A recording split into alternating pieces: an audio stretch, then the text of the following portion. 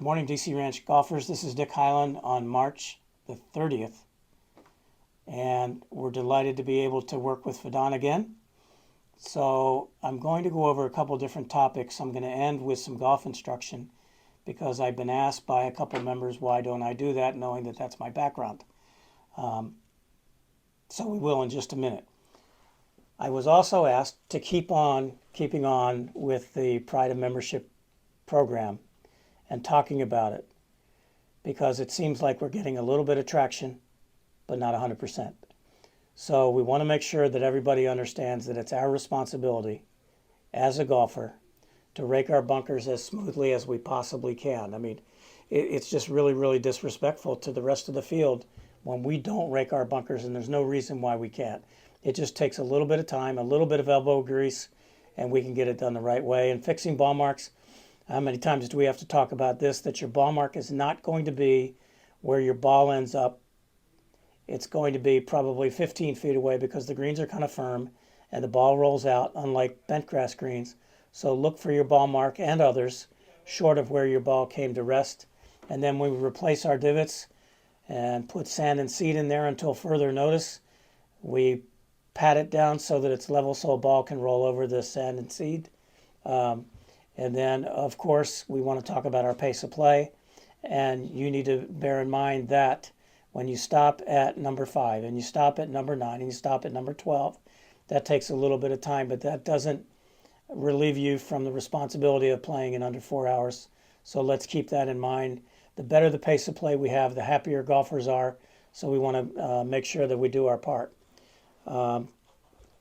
Next week, or the week after, I should say, October the 9th, I believe it is, President Rady and Tom Lehman will be having a program in the lawn area down below the courtyard to talk about things that are coming up in 2026, etc. So we hope that all of our full golfers have made some time to sign up and attend. And that'll be a little bit of fun that night, and we hope that you are able to get there. Posting scores, our handicap committee is bullish on this, that we post our scores each time we play on the day that we play. Posting a score on another day beyond when we played it is going to cause an alarm with the handicap committee, and you might get a notice, and we don't want that to happen. And when you do post your score after you've been notified, to post it on the date that you shot that score. So that's really, really important. Dress code, let's talk about that for a little bit, especially as we're going into the summer months and the kids are out of school, to make sure that everybody's informed that the hats are on straight with the bill facing forward.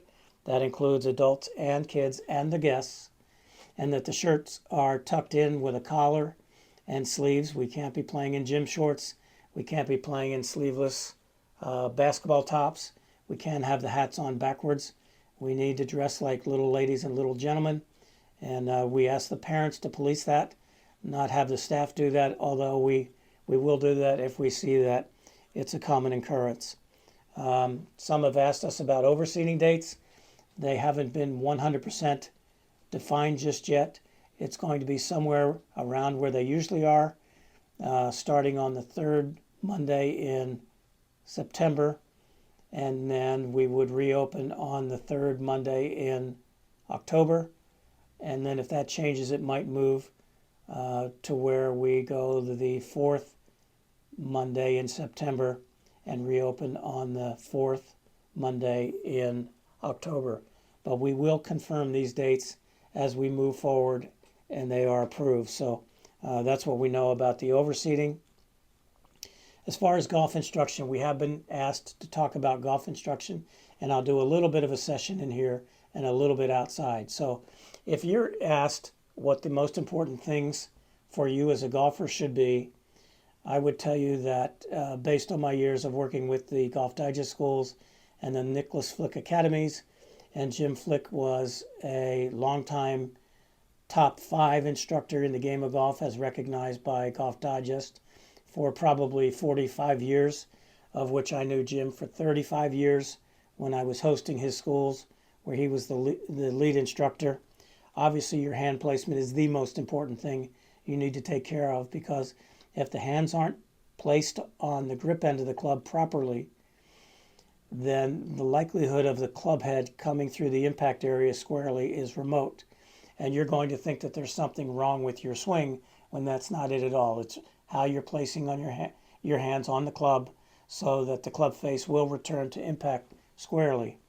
And the ball comes off the club face, and that's the number one thing that you look for when you are trying to work on your game. Am I making solid contact? And is the ball going where the face tells it to go? Secondly, it would be your alignment, are your body lines, and by those I mean the line across your shoulders, your torso, your hips, your knees, and your feet are parallel with your target line, whether you are a left-handed player or a right-handed player.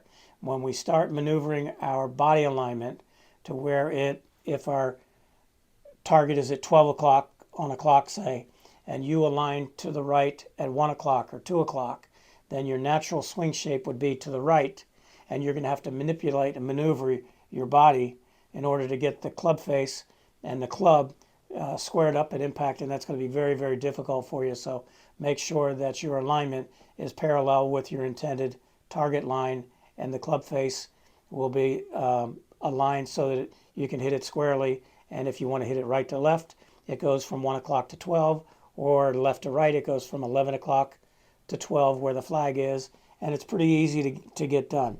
Your posture, you want to be athletic. If we put a club head on your head, and it would run down the back of your neck and down the back in a straight line, we wouldn't have a bunch of curves, and then you'd be followed by your hips, your knees, and your feet so that you're balanced, so that you can swing the club through the impact area as fast as you possibly can. And the next one, stay in balance. If you're not in balance and your body's jumping all over the place, all I can say to you is good luck. It's never really going to work out. The other thing we want to talk about is the question that I got from another player was, where do your eyes want to be? Well, every ball that I have, I mark with 1 or 2 solid dots.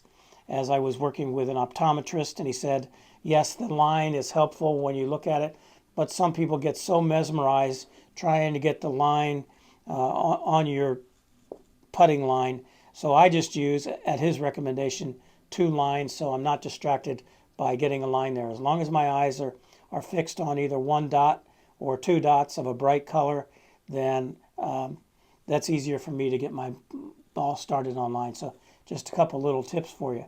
So let's go on outside, and I want to show you, using the cracks in the concrete, of where your ball placement should be, as asked by one of our students and one of our members, as it relates to 3 different clubs that we'll use for the demonstration. So I'll be back with you in just a second.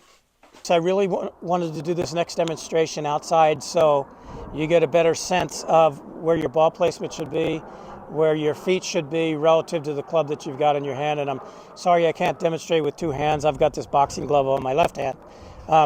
You can see that the ball is right in the center of where the cracks meet. And so with the driver, I'm going to put the driver face squarely set behind my ball. I'm going to put my hands on here as properly as I can relative to the club face being square. So if I didn't have the shaft in my hand, what I would do would be to show you that my right hand, which is the only one that I can use, has this little V form between my thumb and my index finger, and it's pointed toward my right shoulder in this case, with the club face being square. I don't want my right hand being too strong. I don't want it too weak.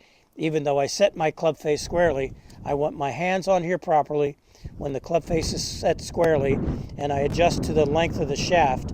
And you can also see that my left foot is closer to the crack than my right foot, and that means that my ball placement is more forward, which with a driver you want to hit it on the upswing and not on a downswing.